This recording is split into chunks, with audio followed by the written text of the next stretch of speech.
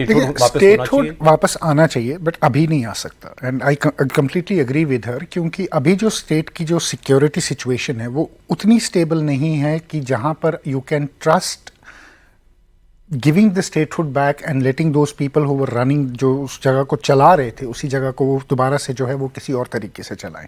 सो administrative powers जो हैं I think centre के पास एज फार एज सिक्योरिटी का जहाँ तक कंसर्न है वो मेरे ख्याल से सेंटर ने बेटर मैनेज किया है, और अभी सेंटर को मैनेज करना पड़ेगा थोड़े टाइम और के लिए, जब तक कि वहाँ पर एब्सोल्युटली जब तक कि वहाँ पर और स्टेबलाइजेशन नहीं आती। देखें पीस जो है ना, पीस बड़ा इंपॉर्टेंट होता है, वैल्यू ऑफ पीस बड़ी इंपॉर्टेंट होती है।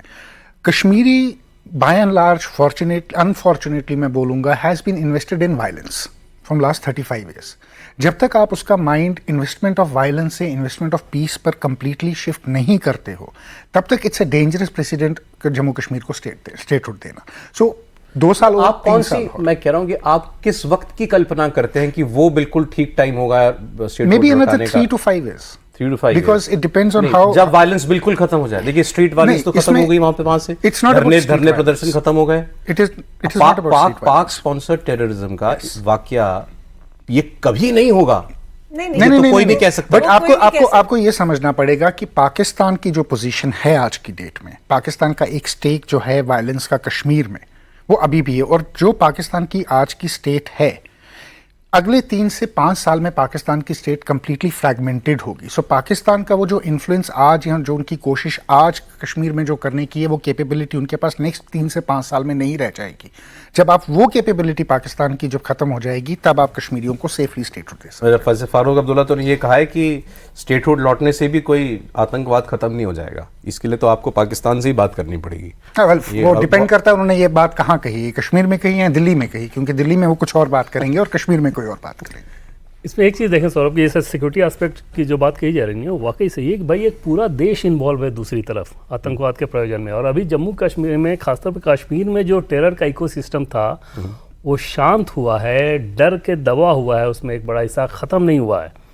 वो जब जैसे थोड़ा मौका मिलेगा ना और ऐसी फेवरेबल गवर्नमेंट आएगी, जैसे पहलगाम हमले की बात कर लें, ये पहलगाम हमले जम्मू कश्मीर चुनाव से पहले पिछले 5 सालों के शासन को अगर देखें, क्यों नहीं हुआ?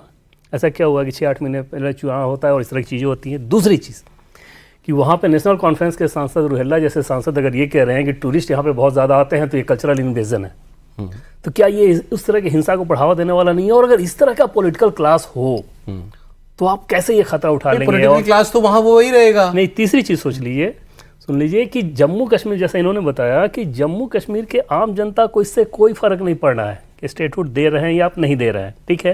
ये पॉलिटिकल क्लास को फर्क पड़ता है कि पूरा पावर मेरे पास है या आधा पावर मेरे पास है। उमर अब्दुल्ला क्योंकि सिविल एडमिनिस्ट्रेशन में परफॉर्म नहीं कर पा रहे हैं, बीच में उनकी यहाँ स्थिति थी कि 1500 फाइलों का पेंडिंग था, तो उससे ध्यान हटाने के लिए इमोशनल इशू। चुनाव तो अभी भी होता है जम्मू कश्मीर में, अभी हुआ पिछले साल सितंबर अक्टूबर में। पूर्ण राज्य का मतलब यह है कि एक पूर्ण राज्य की ताकत किसी भी और राज्य की तरह हमारे वो वहाँ की चुनी हुई सरकार को मिलेगी।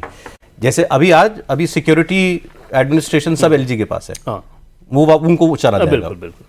अब इसमें सोचिए कि अगर सिक्योरिटी बाकी सिविल एडमिनिस्ट्रेशन उमर अब्दुल्ला के पास है, तो वहां पर अगर लोगों के बेहतरी के लिए आपको कुछ करना है तो किसने रोका है? आप सुन, तो आप भी सहमत हैं बाकी दोनों मेहमानों से कि ये वक्त ठीक नहीं है अभी पूरी तरह से? 500% सहमत हूँ, 1000% सहमत हूँ कि बिल्कुल ये वक्त नहीं है, और अभी निकट भविष्य में ये होने वाला भी नहीं है। नहीं होने वाला ना, हो ही नहीं सकता भाई। इस तरह के एस्पेक्ट में आप कैसे करोगे? दूसरी जम्मू वाली जो बात कही सौरभ आपने, ज़्यादा ब्लंटली समझिए ये कि कश्मीर में पता नहीं किस तरह की सरकार आ जाए, गांववादी माइंडसेट वाली।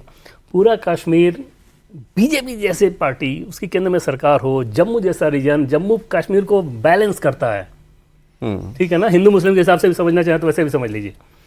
अगर बस चले तो हरियाणा को भी जोड़ दिया जाएगा इसमें बस चले। आपके बाद में एक और चीज मैं ऐड करूँ। अच्छा ठीक है, मतलब ये नेशनल इंटरेस्ट को भी सूट नहीं करता कि जम्मू अलग हो? बिल्कुल नहीं सूट करता। और इसमें आप ये भी देखो ना सौरभ, अगर आप जम्मू कश्मीर की बात करते हो, जो स्टेट की जिसकी हम आज बात करते हैं, ये स्टेट बनाई किसने? ये डोगरा किंग नहीं बनाई ना। सो ये कौन सी जम्मू की लॉगी है जो कहती है कि नहीं कश्मीर अलग करो, अपनी हमारी लेगेसी खत्म कर दो? जो हमारे पुरखों ने लेगेसी बनाई है जिस स्टेट की, स्टेट को खत्म कर दो, हमें अपनी पावर चाहिए। So there you know this is the problem. और जम्मू में कितने प्रदर्शन किए इस लॉबी ने सड़क पे बैठ के कि हमको जम्मू प्रदेश अलग चाहिए? So you're saying this is not really an issue? No, it is not an issue. This is a social media issue, out and out social media. लेकिन ये मैं नहीं मानती हूँ कि सिर्फ सोशल मीडिया है। मुझे लगता है इसमें विदेशी ताकतें भी है। इनफैक्ट डिक्सन प्लान यही था। क्या है डिक्सन प्लान? आपने लिखा ट्विटर पे यूनाइटेड नेशंस के रिप्रेजेंटेटिव, मैं 1947 के यूएन के रिप्रेजेंटेटिव, बिल्कुल उस टाइम की बात कर रही हूँ कि उन्होंने यही प्लान दिया था कि जम्मू कश्मीर को रिलीजियस लाइंस पे तोड़ दो और जम्मू को अलग कर दो, जम्मू इंडिया के साथ आएगा, कश्मीर जो है चूंकि वो मुस्लिम मेजॉरिटी है वो पाकिस्तान के साथ जाएगा। तो ये अगर यही प्लान जो जिस तरह की लॉबीज चल रही है कि जम्मू को अलग स्टेट, कश्मीर को अलग स्टेट, और आपको अभी मालूम ही है कि पाकिस्तान और चाइना का इतना बड़ा एक्सीज जो हमने ऑपरेशन सिंदूर के अंदर देखा, तो इसमें विदेशी ताकतें तो होंगी। ठीक है, मतलब हम ये